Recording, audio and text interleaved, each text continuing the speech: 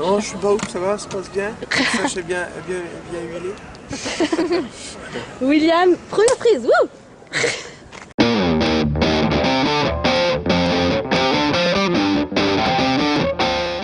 Bonjour William, Bonjour. tu vas bien? Ouais. Ouais.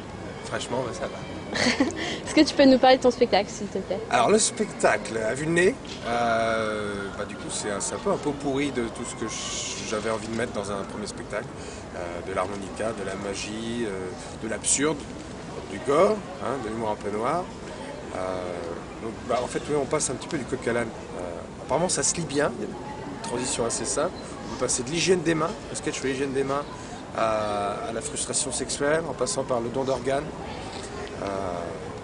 Ouais, du comique d'accessoires beaucoup.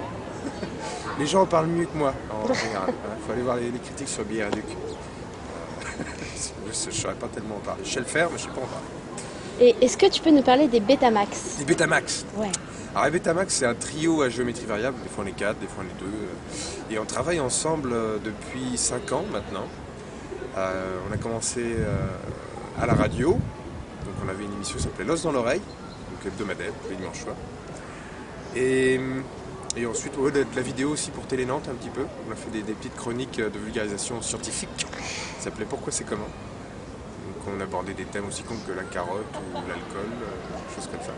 Et en fait, voilà, on a fait une seule fois un spectacle ensemble. Mais voilà, on se pousse les uns les autres. On continue tous ensemble d'avancer dans la même direction. C'est beau. C'est beau, ouais.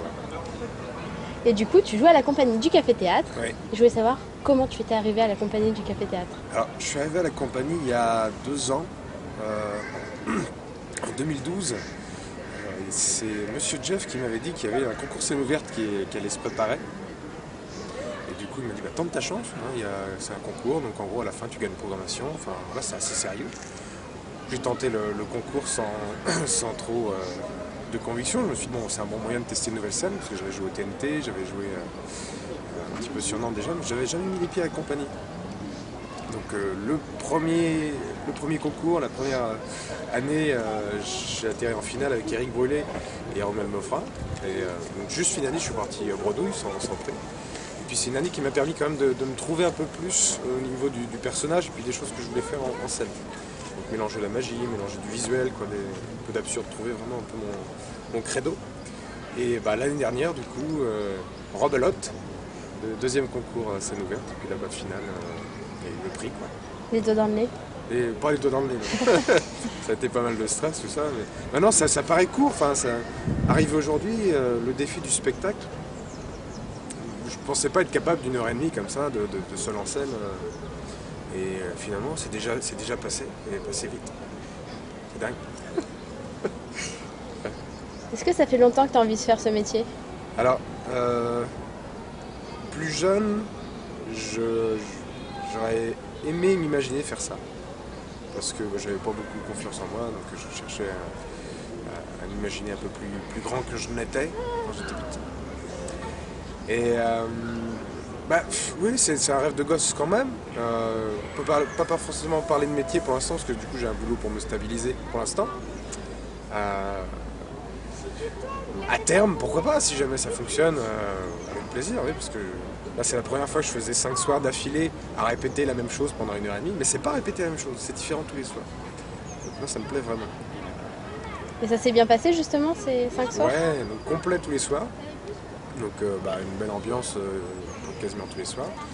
Et puis ouais, pas trop d'anicroche, pas trop de... C'est pas ce qu'on dit d'ailleurs, c'est pas anicroche, pas trop d'accro. Pas trop d'accro.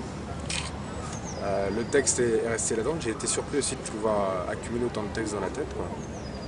Pareil pour la première fois, premier exercice aussi complet. Alors est-ce qu'il y a un humoriste en particulier qui t'a inspiré pour ton spectacle? Il y en a plusieurs. Plusieurs, ouais. Il y en a plusieurs.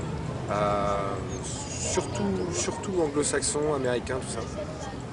J'ai commencé à m'intéresser au stand-up avec Robin Williams, qui est acteur américain, mais qui est aussi une grande star du stand-up là-bas. George Carlin aussi, grande star du stand-up américain, etc., etc. Et puis ensuite, on se rend compte qu'il n'y a pas que le stand-up. Il y a aussi de l'humour absurde, les Monty Python par exemple, des mimes comme les Umbilical Brothers. voilà, naviguer un peu entre les références comme ça, Bill Bailey en Angleterre, Ricky Gervais, plein d'univers différents, de personnalités différentes, et c'est nourrissant. D'accord. Est-ce qu'il y a eu des appréhensions dans ton entourage par rapport au fait que tu veuilles devenir humoriste? Ouais. Beaucoup? Bah, disons que j'ai jamais émis le souhait, jamais émis le souhait de faire humoriste, mais quand j'avais 18-19 ans et que j'ai commencé à aller sur la scène du Nantes Comedy Club et à faire des sketchs au détriment un petit peu de mes études de lettres, mes parents se disaient déjà bon, lettres c'est pas très sérieux, mais en plus s'il va pas tout à fait en cours et puis qu'il s'occupe plus d'écrire des conneries, bon, je suis sûr qu'il y avait plus d'inquiétude.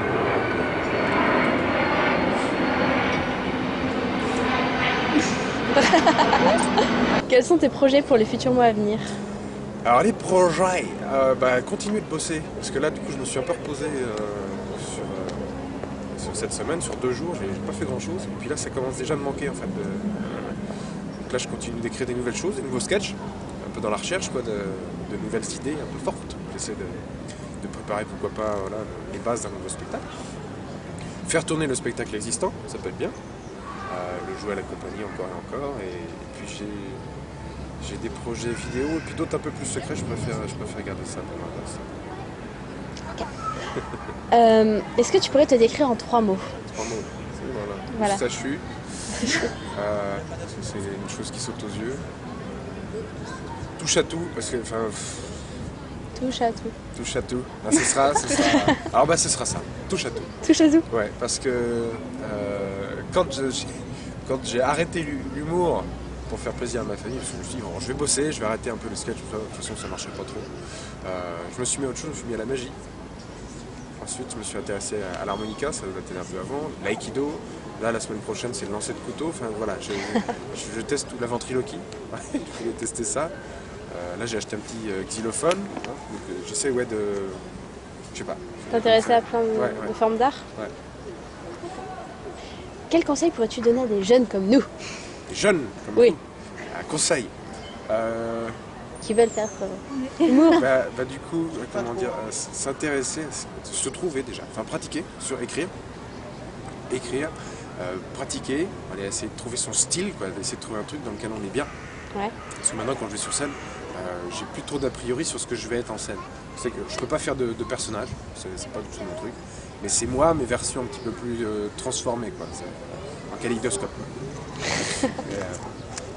Donc, ouais, essayer de pratiquer, aller sur des scènes ouvertes, bosser ses sketchs, essayer de trouver des idées, essayer d'écrire encore et encore pour trouver des pépites.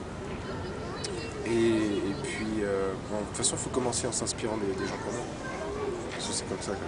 Moi, le premier sketch que j'avais fait, c'était inspiré de George Carlin, mais lui était vachement plus dans le politique. Ouais. Donc, du coup, je pouvais pas tellement prendre le truc.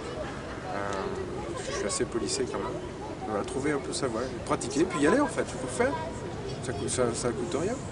Sortir de sa zone de confort. Quel métier tu voulais faire quand tu avais 16 ans, donc mon âge? Qu'est-ce que je voulais faire à 16 ans? Je crois que je savais plus à ce moment-là. Je savais pas. Je crois que j'étais au lycée. On est au lycée quand on... Ouais. Oui. Ouais. Général première. Franchement, je savais. Je sais, plus jeune, je voulais être dessinateur chez Walt Disney. Ensuite, j'ai voulu faire gendarme comme mon père. Bon, il y avait des prérequis physiques qui ne marchaient pas, asthmatique, pas sportif et tout. Non, je savais pas du tout. Je savais que le cinéma m'intéressait un peu, mais je n'avais pas d'ambition artistique du tout. Vraiment, à 16 ans, j'étais pas intéressant, j'avais aucune passion. Un peu creux quand même. Voilà, je me laissais vivre, j'aimais voir mes copains, j'aimais les dictionnaires de blagues, mais zéro passion. Et pour revenir au fait que tu as dit que tu as fait des études de lettres, dans quelle optique exactement? Justement, c'est pareil. En arrivant à Nantes, je savais toujours plus quoi faire. J'ai raté une inscription à BTS montage et post-production. Donc je suis arrivé en lettres parce qu'il y avait une option information et communication. Donc le but c'était d'arriver vers de la communication événementielle, voilà, avoir des outils quoi. Et entre temps, ça m'a permis d'avoir du temps pour entrer dans l'association de radio Prune, de Télédip, donc se former à des outils comme les caméras, un petit peu faire un peu, travailler auprès des médias en tout cas. C'était ça le but au début. D'accord, donc en fait rien à voir quasiment avec les lettres.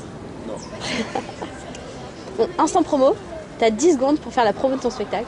À la caméra. Ça marche. Bah écoute, il faut venir parce que ce sera tout le mois de mai, à 10 € à 19 h.